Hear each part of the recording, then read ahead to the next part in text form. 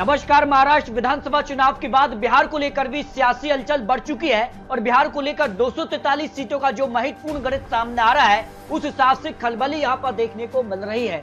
क्योंकि यहां पर बात की जाए तो चाचा भतीजे की सीधी टक्कर में यहां पर प्रशांत किशोर ने जो उपचुनाव के नतीजे रहे हैं उसमें कई सीटों पर खेला कर दिया है और इसका नुकसान किसे हो रहा है, क्योंकि इस बार कई सीटों पर त्रिकोणीय टक्कर उपचुनाव में देखने को मिली।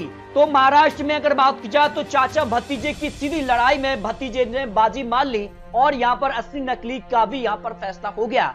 तो बिहार विधानसभा चुनाव में कितना असर देखने को मिलेगा, क्योंकि महाराष्ट्र की तर्ज पर ही बिहार में चुनाव होंगे, इसको लेकर संपूर्ण आकलन सामने आ चुका है। क्योंकि महाराष्ट्र में यहाँ पर बात की जाए तो एनसीपी शरद पवार जो कि राजनीतिक के चाणक्य नेता हैं और उनको 10 सीटें, जबकि एनसीपी अजीत पवार को 41 सीटें मिली। उस लिहाज से क्या भतीजा बिहार में खेला करेगा या नहीं, इसको लेकर काफी महत्वपूर्ण आंकड़े हैं। लेकिन फिलहाल अगर बात करें तो उपचुनाव में यहाँ पर एनडीए का पलड़ा भारी रहा है, तो इसका कितना असर यहाँ पर विधानसभा चुनाव में देखने मिलने जा रहा है। तो यहाँ पर बात की जाए जो उपचुनाव के नतीजे भी रहे, बिहार को लेकर 43 सीट पर यहाँ पर भारतीय जनता पार्टी उम्मीदवार ने 10,000 से ज्यादा वोटों पर जीत हासिल की और इसी के साथ अगर बात की जाए तो यहाँ पर दूसरे नंबर कम्युनिस्ट पार्टी रही और यहाँ पर बात की जाए तो तीसरे नंबर पर जन स्वराज पार्टी को भी 5,622 वोट मिले। इसके लिए अगर बात की जाए तो यहाँ पर बहुजन समाज पार्टी को भी करीब 2,000 के करीब वोट मिले, यानी कई सीटों पर त्रिकोणीय टक्कर देखने को मिली। इमामगंज की बात की जाए तो इस सीट पर हिंदुस्तान अवाम मोर्चा ने जीत हासिल की और 5,945 वोटों के अंतर से जीत हासिल की।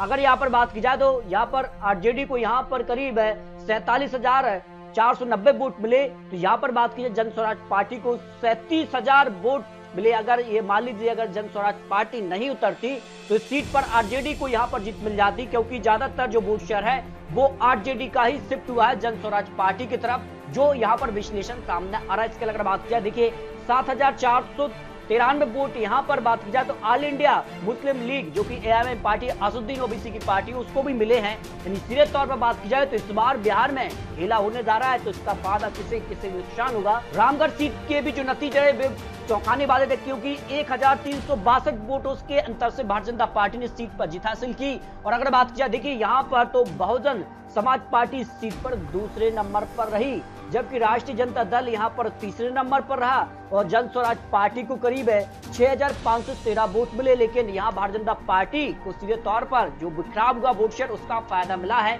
तो बिहार में क्या इसी तरह से विधानसभा चुनाव में भी बड़ा उलटफेर देखने को मिलेगा, इसको लेकर हर एक सीट का महत्वपूर्ण गणित सामने आ चुका है। इसको लेकर बात की जाए तो बिहार में जिस खास से 243 सीटों को लेकर ताजा आकलन सामने आ रहा है, उसमें अगर बात की जाए तो अरवल की 2 सीटों में से एक सीट एनडीए और एक सीट इंडिया गठबंधन के पक्ष में जाने का अनुमान सामने आ रहा है। औरंगाबाद की 6 सीटों में से 2 सीटें एनडीए और 4 सीटों पर इंडिया गठबंधन का पलड़ा भारी यानी के पक्ष में 0 सीट जा रही है। अगर बात की जाए जहानाबाद की 3 सीटों में से एनडीए को 2 सीट, 1 सीट इंडिया गठबंधन अन्य के पक्ष में 0 सीट की संभावना जो बिहार को लेकर पहला और ताजा सर्वे सामने आ रहा है। इस लिहाज से किसकी सरकार बनने जा रही, क्योंकि इस बार त्रिकोणीय टक्कर है। प्रशांत किशोर यहाँ पर बहुजन समाज पार्टी और यहाँ पर आरजेडी, किसको फायदा किसको नुकसान कितना होगा, यहाँ पर जो क्षेत्रीय पार्टियां वो काफी महत्वपूर्ण हो जाती हैं, क्योंकि उपचुनाव में सीधे तौर पर आरजेडी को नुकसान इन्हीं पार्टियों के तौर पर देखने को मिला है। किशनगंज की 4 सीटों में से एनडीए को 2 सीटें, इंडिया गठबंधन को 2 सीटों पर जीत की संभावना दिखाई दे रही है। जमुई की यहाँ पर बात की जाए 2 सीटों में से 1 सीट एनडीए और 1 सीट इंडिया गठबंधन के बीच एक कड़ी टक्कर देखने को मिलने वाली है। पुनिया की 7 में से 3 सीटों पर एनडीए, 1 सीट यहाँ पर बात की जाए तो इंडिया गठबंधन अन्य के पक्ष में भी कुछ सीटें जाने का अनुमान यहाँ पर देखने को मिल रहा है।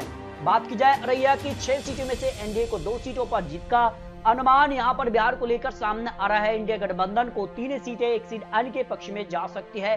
पटना की 14 सीटों की बात किया तो एनडीए यहाँ पर सीधे तौर पर बढ़त हासिल कर रहा है 10 सीटों पर, तो इंडिया गठबंधन को 4 सीटें। बांका की 5 सीटों में से एनडीए को 3 सीटें, इंडिया गठबंधन को 2 सीटों पर जीत का अनुमान यहाँ पर देखने को मिल रहा है।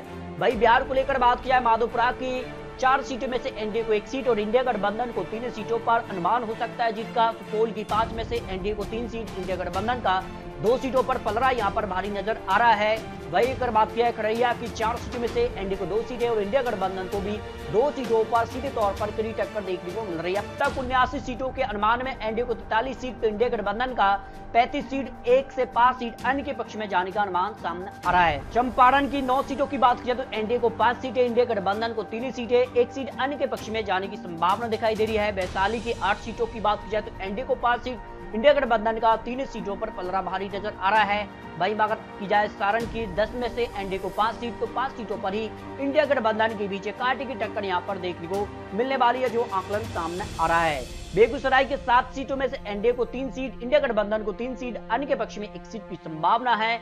समस्तीपुर की 10 सीटों में से एनडीए का 5 सीटों पर पलड़ा भारी है, तो इंडिया गठबंधन के भी 5 सीटों पर पलड़ा भारी नजर आ रहा है। कटिहार की 7 में से एनडीए को 3 सीट, इंडिया गठबंधन का 4 सीटों पर पलड़ा यहां पर भारी नजर आ रहा है। भागलपुर की 7 सीटों में से एनडीए का 4 सीट और इंडिया गठबंधन को 3 सीटों पर जीत का अनुमान यहां पर बिहार के अंदर दिखाई दे रहा है। पश्चिमी चंपारण की 12 सीटों में से एनडीए को 7 सीट, तो इंडिया गठबंधन को 5 सीटों पर जीत का अनुमान सामने आ रहा है। मुंगेर की 3 सीटों में से एनडीए को 2 सीट, तो इंडिया गठबंधन का 1 सीट पर पलड़ा भारी नजर आ रहा है, जो बिहार को लेकर 243 सीटों को लेकर महत्वपूर्ण आंकड़े सामने आ रहे हैं। भाई लखीमसराय की 2 सीटों की बात की जाए, दोनों सीटें एनडीए के पक्ष में जा सकती हैं। नालंदा की 7 सीटों की बात की जाए तो 7 सीटों पर एनडीए का पलड़ा यहां पर भारी नजर आ रहा है। इंडिया गठबंधन अन्य के पक्ष में 0-0 सीट की संभावना हो सकती है। शेखपुरा की 2 सीटों में से 1 सीट एनडीए तो 1 सीट पर इंडिया गठबंधन के बीच कड़ी टक्कर देखने को मिल रही है।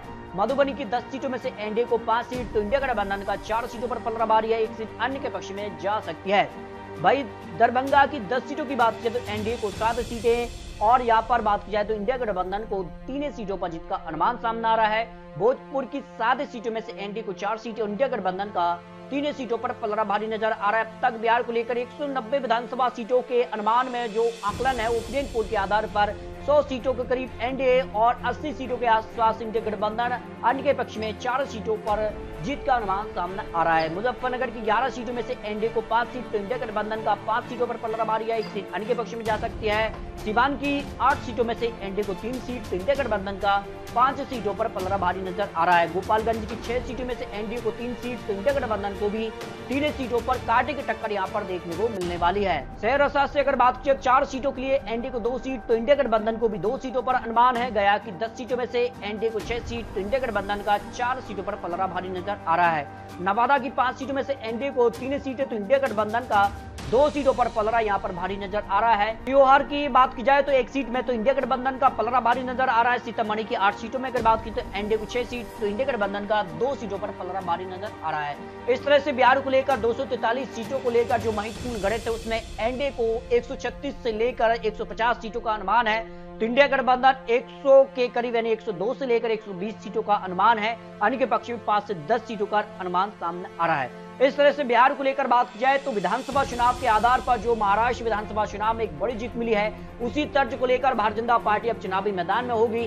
कई बड़ी योजनाएं बिहार में भी लागू की जाएंगी और उसका कितना फायदा बिहार में भारतीय जनता पार्टी को मिलने जा रहा है।